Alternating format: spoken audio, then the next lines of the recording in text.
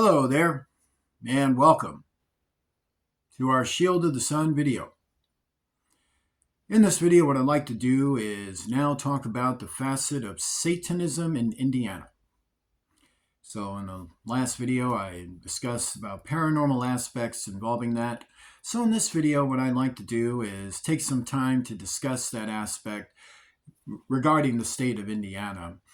If you are a member of the state of Indiana, and you have family here, friends, relatives, and such, this video would be actually quite helpful in terms of learning some things about it and what to warn your family of or be aware of or anything of that sort. It would be a very helpful video. I should also start off by saying that if you have any children at home and you're watching, if you're children, you should watch with your parents at home, and then if you have any questions, you should also ask them about it. They can leave me in the comment sections, or leave a question for me in the comment section if you have any. So let's talk about it here. The Bible, let's first understand there's a lot of persons in Indiana who have faith in Jesus Christ, or let's say you are Christian, or you are Jewish, or you are Muslim, or you are of other faiths. You believe in something and you have a faith that you go by. Most people in Indiana believe in the Old and New Testament. It would say they identify as Christians, or others would say they identify under different faiths. This isn't to nullify anyone. This is just to simply give you an understanding that I believe that this information can help on every degree. But I would also like to use this time to give you information that is also biblically based, so that we have an understanding also to what the Bible teaches regarding these matters.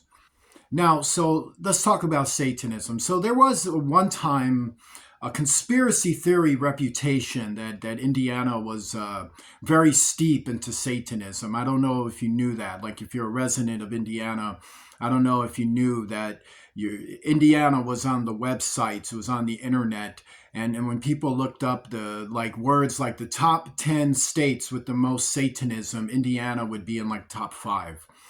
And no one quite knows why exactly, because it seems pretty strange that a state that does pride itself in having a lot of Christian communities and a lot of Christian towns can somehow be in the top 5 for Satanism in the United States of America. But there was a conspiracy theory with that there was a conspiracy theory and this was at the time with the height of conspiracy theory, so you could take that for what it's worth. But there was this talk that Indiana was steep into Satanism. So is it steep into Satanism? To understand the matters of Satanism in Indiana, so if you're from Indiana, you should relax, because the matters of Satanism in Indiana rates within the same percentages that it would be seen in every other state. So to understand the way real Satanism exists also the same way in all 50 states. So this is a very important factor you should realize. How well do you know about Satanism in Indiana? This is the other factor you have to understand, that though it exists in every state equally, within what I just explained, it also comes in different ways too, regarding culture and regarding how Satanism can slip in under the noses of even people that have strong faith in God, or even persons that don't. And how does that work? Like, how can Satanism be entrenched in a state that does pride itself in a lot of Christian communities, and that's actually very good to have pride in God? But how does Satanism work in plain sight in such a community? So let's talk about it. So one of the factors that Indiana had in an investigation, and this is going back to investigations from the Central Intelligence Agency and the Federal Bureau of Investigation. You can also check this out with law enforcement as well, particularly in northern and central Indiana, of a place called Indiana Church. I don't know if you ever heard of this, but there was one time a church that was pretty popular back in the 1980s and 1990s, and it went by the name Indiana Church, where this church actually had school buses, and they would drive the school buses into different cities, even into Chicago, and in cities in Michigan, and also in Ohio as well. And they go to like different places and pick people up. and then they drive them over to their hub over there in Indiana. And this hub was located at the northern central region of Indiana. And there they would take these kids, and unfortunately what would happen is year after year, kids would go missing that took a bus ride to go to Indiana church. And this went on actually for 2 decades. Actually, that's a long time, 2 decades. And for those 2 decades, and this was the 70s going into the 80s and then into the 90s, so it equated for about a 20-year investigation altogether, as it came to an end about the early to mid 90s. Is that it was discovered that the missing children, the children that went missing along these routes, that they were being picked up at their homes, dropped off at this institution, at this church place, and when they were done with their activities, they were supposed to they were given a number, and then the number would tell you what bus to get on, and then you get on that bus, and your bus driver is supposed to magically know where you live.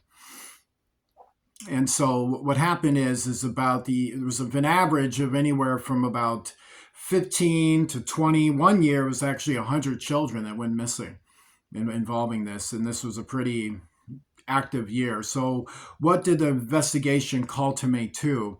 Well, it culminated that their institution had to abruptly shut down and reformulate, and it came to a crashing end when it was discovered that there were various members that were involved in Satanism, and that these children were possibly, and according to federal agencies, more than likely were victims to satanic kidnappings, or they were victims of human trafficking and kidnappers that were believed to be involved in Satanism, and that the motivation behind their disappearances had more to do with them being used for satanic ritual murders. That there were Satanists that used this church and used this institution and used the opportunities that were afforded to them because as they would get, like, over a weekend, they would get over 100 children and counting. We're talking like hundreds of children at times would be here at one place. And this was like back in the time when parents would just let their kids, yeah, go ahead, get on the bus. And that's what they actually did. So it was discovered that they were able to cause this kidnapping so far more easier, and that in the process of time, these persons were found by certain federal agencies, and it resulted in them being dealt with by those agencies, however way they dealt with them. And so the whole entire matter was also brushed up. It wasn't even a matter that was largely discussed or largely brought out or wasn't even largely printed. It just went away. So to understand, eyewitnesses or testimonies have a general consensus when it comes to Indiana about where Satanism has been found, so it is interesting. So let's take a community. So if you have a community, understand this. What does the Bible teach us about Satanism, about real Satanism and the children of the devil? So first, the Bible teaches us that Satanism, the type of Satanism that Jesus condemns in the world and condemns, is called heathenism. And so this heathenism is to say anti-God, anti-government, anti-humanity, that's to say anti-male, anti-female, and to do things in secret, in guile, in covetousness to others, in compact with outside alien forces and demonic forces. So the Bible tells us these factors about Satanism. One, Satan is a real agency that consists of fallen angels and giant spirits, and this collective host would be an outside alien host to us that works against humanity by remote, unseen ways to tempt humanity from the first to the last into weird behavior and sinful behavior. And two, Satanism is risen up out of households. So that would be that in every household there are individuals or an individual who could be or is involved in Satanism. Three, when Satanists gather, they are led by an actual evil spirit. So the Bible tells us about Satanists, that like we've read about the type of Satanism that Israel had to deal with, that the apostles had to deal with, that the world has to deal with. So let's look at some commonalities with it. So in the past, they worshiped gods and goddesses. So there would be like a temple of Venus. And a temple of Venus would consist of devotees and devotees. And these devotees and devotees would be born in the communities and the cities, villages, and towns and the households where they're born at. So there, if other members of the household are not members of the Temple of Venus, naturally they don't tell those members what they do at the temple because they have to have prescription, sanctity, and permission to do so. So they learn this whole other religious thing, and then they take that home with them, and then that's reflected in their household. And hence, every household had strange altars and this or that, or wicked practices that went on. So one of the things that would arise from a pagan community were acts of murder, acts of destruction, acts of robbery that would happen right there at the center of the community, which is say in the midst of them. So the type of Satanism that has been seen in Indiana is very similar to what you've had in the past, but instead of it being known, it's completely concealed, it's completely buried, and it's completely secretive. How secretive is it? Well, to understand it, the type of Satanism that was exposed in Indiana would, let's say if it's inside of a church. So let's say you got a church, you got a minister, you got elders, you got people. You wouldn't think anything is happening here. And then on the surface, you can go week after week after week and nothing. You won't see anything until something arises. And then there's certain signs to it. So, for instance, Satanism has a way of spreading rumors and gossip. So, one of the methods of a satanic attack is that Satan sends satanic spirits to come and tempt you into rumoring, into gossiping, or tempt you into division, or tempt you into divisional understanding, or tempt you into being overly concerned for certain individuals, rather through distraction, things of this nature. And then through the tempting, individuals will then show up, or individuals could already be there who have innate habits of reinforcing the worst type of behavior. And then somewhere along in the way of it, you might be wondering, is it just the rumoring and the gossiping that's the temptation, or is there actual persons that reinforce negative spirits in a church?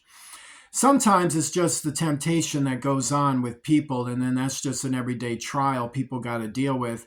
Other times it happens to ward off people from getting too close to what a certain group could be doing with a group that they're internally part of. So to understand it, a lot of times Satanists have infiltrated churches by such means, and have operated without being seen or noticed by simply just regurgitating and repeating these same type of fruits that seem to be coming back and forth. And however, it's not for you to judge anyone or condemn anyone, to point your fingers at it. It's simply to say that it does exist either by temptation of persons having inspiring views for Satanism, or it's persons purposefully doing it because they have a different entire spiritual faith that is actually far different from where they have it in church. And let's say if they're in other places, let's say, they're at a school. So in school, it comes out far different. So in school, it's the temptation to get involved in a party, or to get involved in a scene, or to get involved in certain matters involving drugs or involving other things. That's usually how it starts. So usually they're invited into something. Maybe it's just whatever, just a party or this or that. But then it can also turn into an invite into other things, that when they meet other persons or other persons come into that scene, like churches, they will use a party scene in order to spread their beliefs, in order to spread the way they are, in order to spread the kind of thing they're doing, and then lead those persons out from that party, or lead those persons into another gathering, into another scene, where they can end up in a more secretive place. Maybe it's in an attic, maybe it's in a basement, maybe it's in a sewer, and maybe it's in a very secretive location where there's another group of people and another type of thing going, and the next thing you know, they're committing murder, or they're beating and attacking someone in the group, or there is a baby, there are adults down there, or persons that are older, or let's say you are an adult and you run into fellow peers who have just introduced you to a whole other scene where they devour and kill right there in front of you, and see how you feel about that. And then they'll even get away with it too, because it's been arranged for them to do so. So everything, if you're listening carefully to what I'm saying to you, This is how Satanism infiltrates in Indiana and even in all 50 states and around the world. It does it in a way that A, you do not see it coming, B, it looks normal, C, it's in the same scenes you're in, and D, you'll feel comfortable with the persons until they actually show you who they truly are. And then it's usually at a way that in a time where you could be confused about them, you could be falsely trusting about them, you're vulnerable to them in some way. And so they come in a way to bring enchantment, and that's also to bring comfort to you. Soothsaying, which is to relax your soul. They come in ways that you don't see coming. Let's say at work. Let's say you're working and you're just working. They decide to work in the same place you do. So one of the things you'll notice is that they'll come in, and at first they're working like you, acting like you, doing things like you. But then fruits tell you. You'll hear how one group hates this group, how this group is separated from that group, how certain persons would then try to manipulate other persons into their scene, into their ways and being. Now, usually that could be just the temptations from evil spirits on a workplace where people tend to be, getting into too much business, being too personable. But also Satanists work within that grounds. So then eventually it'll be like, hey, do you want to come with me somewhere after work? Or, hey, do you want to get further into your sort of beliefs? Like you don't like certain people, you're divisional towards certain people, you're feeling us. Well, why don't you come out with us one night? And then they might be invited to a seance and they didn't realize it, a conjuring, they didn't realize it. And the next thing you know, when they go back to work, they're more closer to a certain group of people at work than normal, and they seem like they've totally changed. This is another way Satanists infiltrate. So what I'm telling you is actually the real truth of how they operate. They actually operate in a way you don't realize. You're not supposed to, because if you know about it, that means too many people know about it. And the way they actually operate according to the Bible is under the great deception, a deception that is so convincing, so thick, it deceives even the elect. So there are deceptions that manifest in our time as signs, as wonders, even as miracles to give testimony to the prophecy of God, that there are times where whole populations and regions would be deceived by Satanists, including Christians and Jewish persons or Muslim, whoever, whatever you are. Is to simply say, if you're a child of God, you're going to get deceived more than once by Satanists. And you probably have in your life, and they probably robbed something from you. They probably murdered people around you. They probably destroyed things around you. And you didn't even realize it. They could be your best friend as I'm talking. You might trust them more than me. It's interesting just how infiltrating Satanists have become in our world today. The other matter is what makes them dangerous. Well, it's the satanic rituals that makes them dangerous. So to understand, Satanists exist in a coven. A coven is secretive. A coven can consist of more than 10 members, maybe smaller, but it's usually more than 10. They have leaders who finance and support it, and they have secret activities. These activities are A, summoning demonic forces, unclean spirits into our realm, first summoning them into their bodies by engaging in satanic rituals, which includes killing animals, killing friends, killing babies, committing vandalism, committing arson, committing mischief. And then the other thing they learn are incantations, which is a language of vibrational sound to actually formulate by remote pulse the summoning of an outside alien entity into our realm. And this comes by way of doing bloody rituals in secret, and then they become demonically possessed. So by becoming demonically possessed, many times their possession goes unnoticed. They act completely normal and sane until they're in a certain way of entrapping their victims and then revealing to them the true nature of their abilities. So these demon-possessed persons, along with those that are invited, all get together to formulate incantations, which could then call upon an entity to enter our realm. So they actually summoned real outside alien forces into our realm. The other matter is the information these alien forces, these demons actually give them. So they teach them how to lie to others, how to have aptitude for getting away with crimes, how to have aptitude for infiltration, how to have aptitude for many various things. And remember, they are risen out of your own households. Out of your own household. That means they could be your brother, your sister, your minister, your boss, your coworker, your son, your daughter, your grandfather, your grandmother. They could be your neighbor. They could be anyone. And the Bible tells you what? Do not worry, because you don't want to be paranoid, and then you get all paranoid. That's not a good thing. So just you have to remember that the problem with Satanism, and the reason why it's so infiltrating, is because it comes from the very heart of our communities. We actually have to deal with it in our very households, and even in our churches, and even in our workplaces, and even on the streets. And they do engage in various matters. And this arson and this vandalism, to take note, comes by way of self. It comes by way of false guilt. It comes by way of prejudice, of discrimination. They'll use all manner of other things before the truth is revealed, that their true motivator behind the rumoring, the gossip, the murder, the destructions, the vandalisms, and the things they do is motivated by Satanism that comes, according to the Bible, unseen. Join me in a prayer.